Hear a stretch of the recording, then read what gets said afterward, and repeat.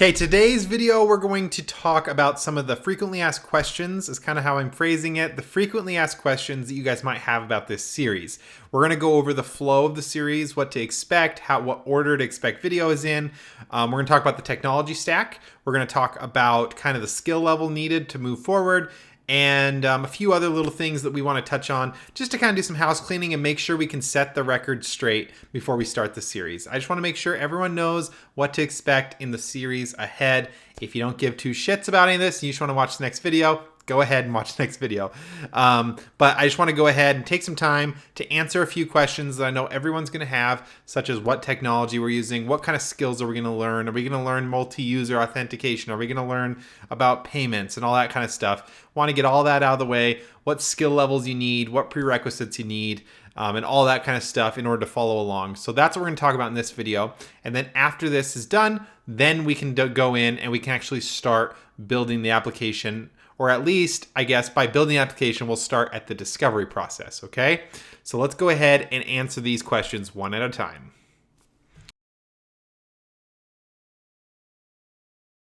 But we're building the Dev Marketer website. So again, it's gonna be a blog, an advanced blog, like a real blog, and it's going to be a content management system where we can manage a bunch of content that I'm gonna be able to create for you guys. And also, we're gonna be creating a way that you guys can contribute as well, because I've always, when I built Dev Marketer, I wanted to be a community. I didn't want it to just be me. I want it to be a community. So we're going to build tools in there so that you guys can also contribute content if you so desire. And we'll talk about how to build all that throughout this process. Okay.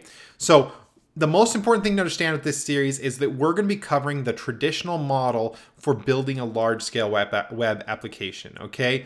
Websites don't normally just jump straight into code. There's planning involved. There's a lot of planning. There's a lot of organization that goes into it. There's a lot of design, mocking up, and all that stuff that happens before we ever touch code. And we're going to go through all of that stuff, and then we're going to do the code, and you're going to see all of the code as well. So there's a lot that we've got to cover in this series, and that's going to be kind of the flow. We're going to start at the very, very beginning, progress all the way through, and then all the way to deployment. We'll actually deploy it up. I'll show you guys how and where I deploy everything at the end. You'll see everything, okay?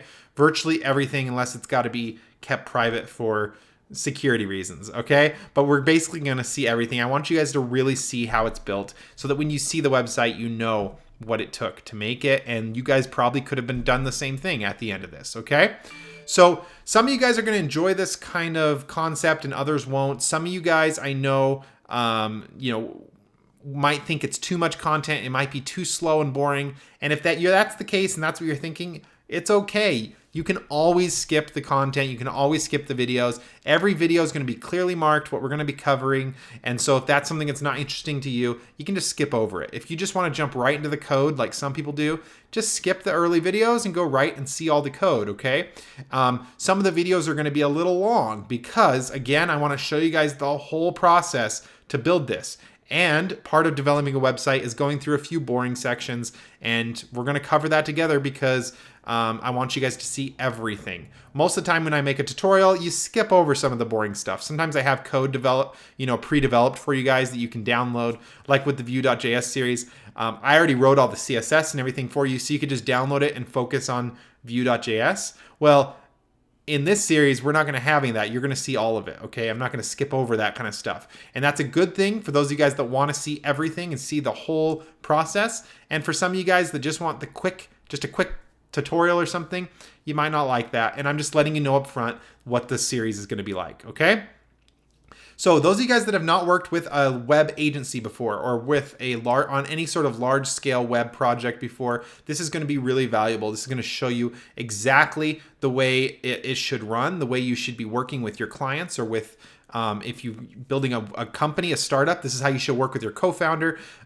This is the organization that you're going to want for a website. Let's go ahead. Let's take a look at the five phases of building a website. I want to show you guys what those are, and we're going to be following those steps in this series today.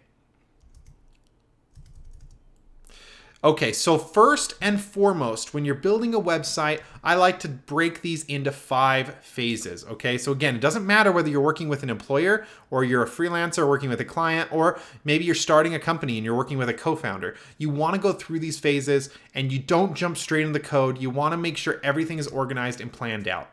The first step when building a website is not to write code, but to go through what I call the discovery process. The discovery process is where you talk about the inspiration for the website. What kind of things inspire you? What do you want the website to look like? And also, what features do you want out of the website? The discovery process is super important in planning and organizing your project going forward, okay? You need to know what the expectations are for the project. Even if you're doing it for yourself, I still do a discovery project phase for myself because I want to know what I expect. I want to have everything written down so I know what I'm building when I get into the code or to the design. So I don't forget features or I get to the end and be like, oh, I wish I'd remembered to bring that feature in. I want to make sure everything's up front and everything's written down. So even if I'm making a website for myself, I still go through this discovery process, okay? It's super important. The difference between a good website and a great website is what level of work they spent planning and organizing the project ahead of time. I promise you, it makes such a difference to the final end result of the project. If I have a client today, a freelance client that I'm working with, I would never work on a project until I've gone through this discovery phase, okay? It's so, so important. Now, once we get past the discovery phase, we move into the second phase, phase 2. Phase 2 is the design phase. This is where we start with wireframes, which wireframes help us kind of organize the general layout of our website. And then after that, we go into full design mockups, where we actually create mockups in Sketch or Adobe XD that actually show what the website's going to look like. We choose fonts, we choose user experiences and user interfaces and stuff like that. We create all of that here in the design process.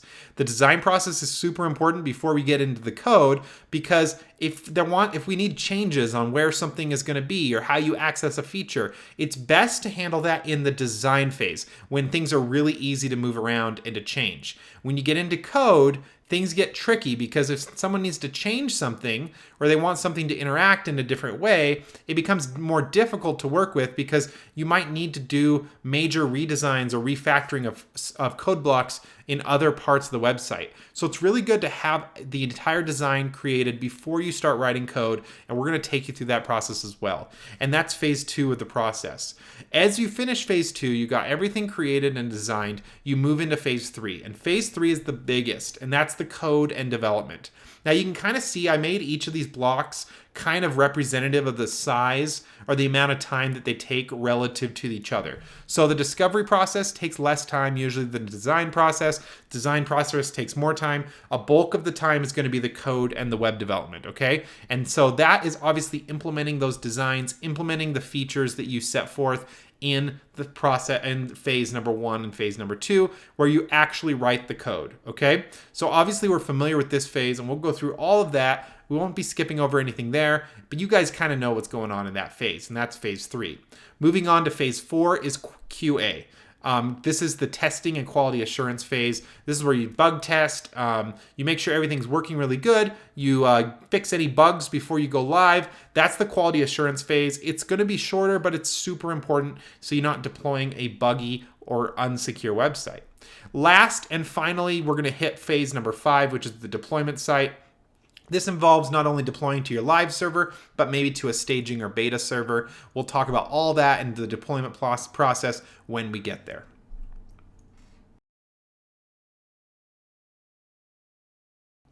Now, as I mentioned, we're not just covering the code, we're covering so much more. Let's talk about real quick what features and what type of skills we're going to be covering in this series. Now, the first thing, as I mentioned, is obviously the discovery and the creative process. I've been kind of going over that. We'll talk about more of that as we get there. We're going to be starting with that in the next video. Next is going to be the marketing strategies that we might use as we work with this website, okay? So if we're going to be having pop-up banners or slide-out banners or maybe a reward system, we want to know that up front so that we can build it into the website. And this is why I love the name Dev Marketer so much, is because the best way to grow and scale your company is to have your marketing guys and your developers in sync, okay? And maybe that's the same person. You might be one. awesome dev marketer where you do it together, or maybe it's a team, but you want your marketing guys to tell them what they want, tell the developers what they want, and the developers to have that heads up so they can bake these features into the application to make them really, really effective and to make your company be able to grow strong and grow fast, okay? Also, we'll be talking about wireframing, how to design wireframes are for like general layouts, and then we'll talk about the actual design process and building up mock-ups, okay? Obviously, throughout that's going to involve user interfaces and user experience. That's UI, UX. We'll be going over all those different things throughout the design phase. And then also the font selections that we wanted for our website. We'll talk about the importance of different fonts, and we'll make some font selections for our website, what kind of stuff we want. Throughout all this will kind of give you a good idea for project management, how you would manage a large-scale project like this, which might be another thing many of you guys are working on, where you want to see how a website goes together so you can manage a project at a company or for your agency or something like that. Obviously, we'll be doing code. After we get through all of that, we'll be coding a front end of a website, the HTML and CSS. Obviously, the back end as well, where we're going to have, ours will be based on PHP, but we'll talk about that in just a second here. We'll be coding a back end of the website, and part of that back end will be an administration panel. So this is something a lot of people have been requesting. They want to learn how to build an admin panel, and we'll be covering that in this series. So the admin panel will allow us to basically create content, create blog posts, approve users, do different things like that. All that will be controllable with an admin panel. So someone that doesn't know code can make changes to our CMS basically. And we'll talk about how to create that throughout the system. Now, of course, one part that's going to be crucial for that is an authentication system. Not just any authentication system, but a multi-role authentication system. So you're going to have users that are maybe just subscribers.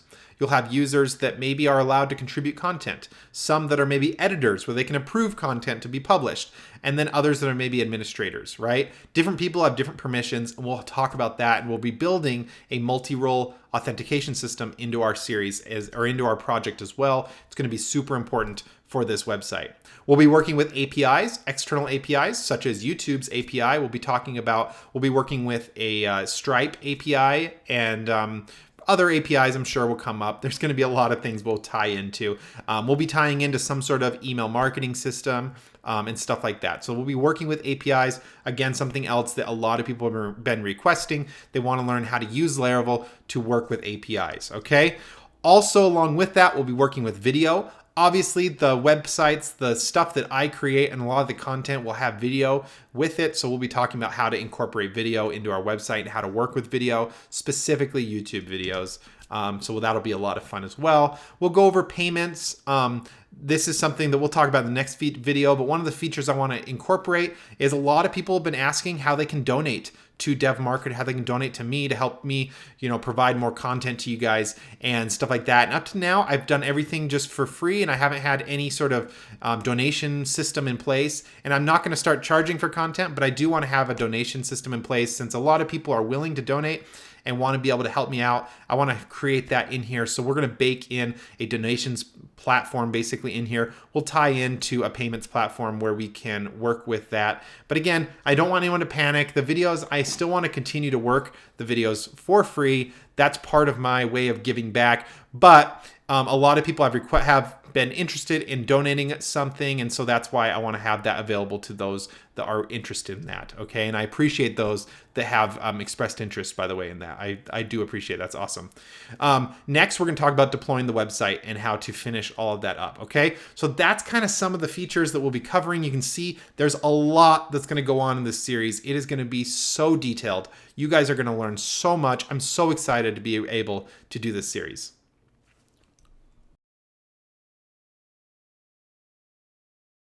All right, now let's go into the technology stack that we're going to be using. I kind of threw a whole bunch of stuff up here on the screen so you guys can see it, but this is some of the technology that we're going to be using throughout this series. Because it's more than just code, it's actually the design and development process as well. We're going to be covering lots of different things, more than in the past videos where we focused on one specific technology. We're going to be doing lots of different stuff here. We're going to be using, for example, Adobe Photoshop for editing our photos or for exporting photos. I really want to show you guys what it takes to export a photo for the web. It is 2017, but we need to know how to work with photos. A lot of you guys just throw up 1 megapixel photos up onto the internet, and it's luckily the internet's somewhat forgiving nowadays, and it kind of works. But if you want to, you want to rank well for SEO, you want to do, you want your website to load fast and you want to have a good user experience, you need to optimize those images. We'll talk about that. We're going to be using Photoshop a lot for that. We'll be using Adobe Illustrator to create icons and to export them as SVGs. We'll go over that process as well. We're going to use Adobe XD to create mockups and designs. So that'll be great. That's a brand new technology that we've just started using, and I've really had a lot of fun using up to this point. We'll be using JavaScript, vanilla JavaScript, to obviously create interactions for users. We'll be using Git as a version control. We'll be using sass as a preprocessor for our CSS. We'll be using Vue.js for Vue.js stuff, for creating some awesome, MVVM type of kind of mini apps inside of there. Using jQuery, we'll be using Laravel as our main backend service. So again, I've created a series for Laravel if you want to get caught up on how Laravel works, but we'll be using Laravel as our main framework. We'll be using Bootstrap for the front end. We'll be customizing it, obviously. It's not going to look like the default Bootstrap. It's going to look completely custom, but we'll be using Bootstrap as the framework for that. I will be using Atom as my text editor, although it doesn't matter what you use. We just need a text editor. We'll be using Nginx for deployment. And then finally, Gulp for processing our Webpack and sass and stuff like that. So we'll be using Gulp and Elixir, and we'll talk about all of that for those of you guys that are unfamiliar with that up to this point. Okay, so that's kind of some of the technologies we're using. You're going to get a really good idea of what it takes to build a website. Again, 2017, the web development has changed so much. There is so many technologies that you need to be involved in, that you need to be familiar with when you're building a website now. You can't just build a simple website. You have to really involve so many different things to create a really stunning website nowadays. For better or worse, that's just the way it is. But I want to show you guys how that works. So we're going to touch on all of that here throughout the series. All right, so now let's dive into the skill level required. A lot of you guys might be wondering, can I handle all this? Well, of course you can watch the series. I will, regardless, and see how you fit.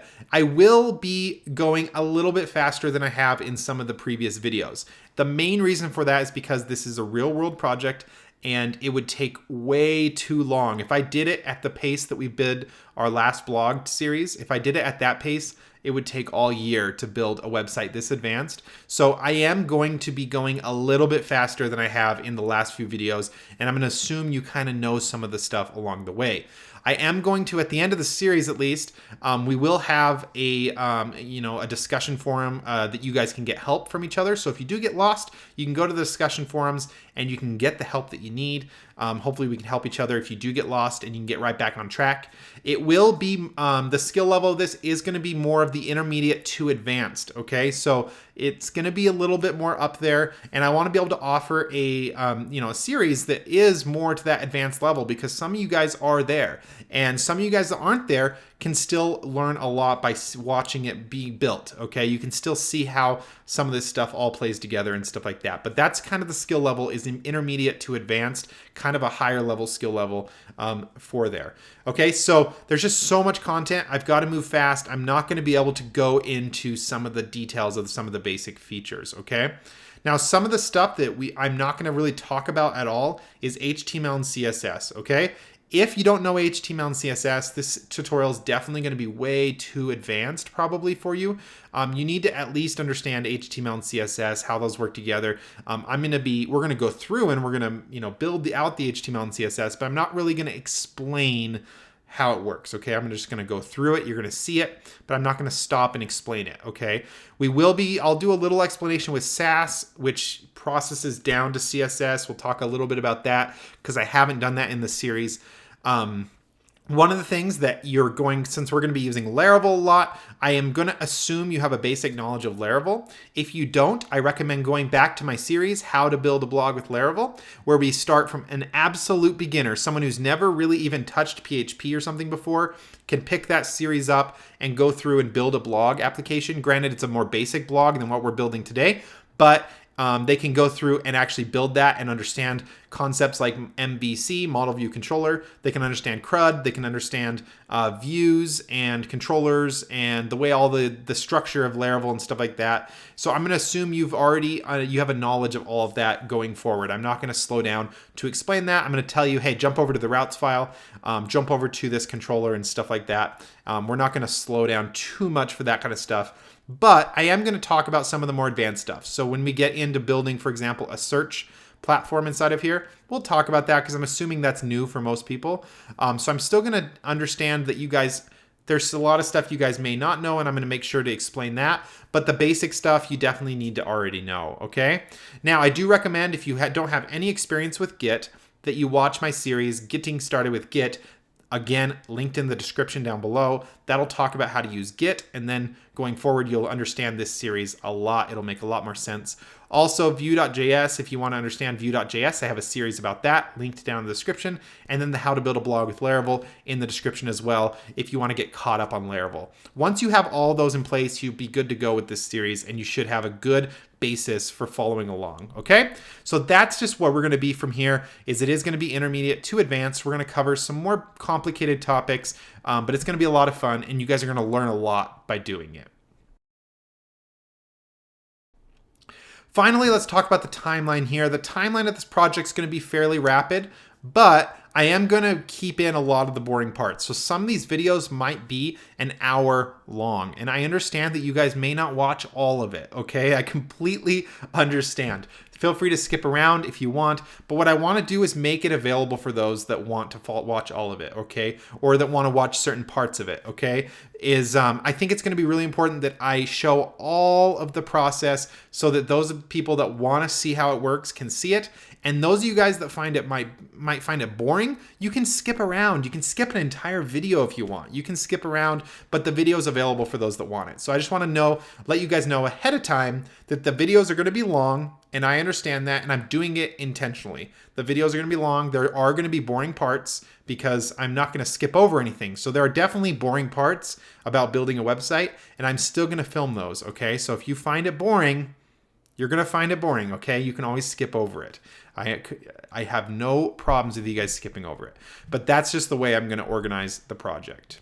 As far as how many videos we're going to have per week, it's so hard to say. I'm literally just building the project and filming along the way. So it's going to depend on my schedule. For example, I got sick the last couple days. This video series was supposed to start 3 or 4 days ago, and I got super, super sick, and so it postponed me. And that stuff might come up again in the future, okay? So just know that ahead of time. But I do plan, you might see several videos a day. You're going to see an influx of videos on the channel for this series. And always go back to the playlist if you get confused, and you can see what the most recent videos are if you missed any, okay? And all the playlist will always be in the description of every video. All right, so with all those out of the way, let's go ahead and dive into this project and get started. I hope you guys are super excited. If you are, make sure to give a thumbs up just to kind of, feed this series and get it a bunch of love. And make sure you're subscribed if you aren't already so you get the updates as they come out. But you guys are about to see a lot of content coming your way, and I really hope you enjoy the series. If you have any questions, you guys can always email me, hello@jacurtis.com. Or you can reach out to me on Twitter. That's the best way to get a hold of me, @_JACurtis. And I'll see you guys in the next video.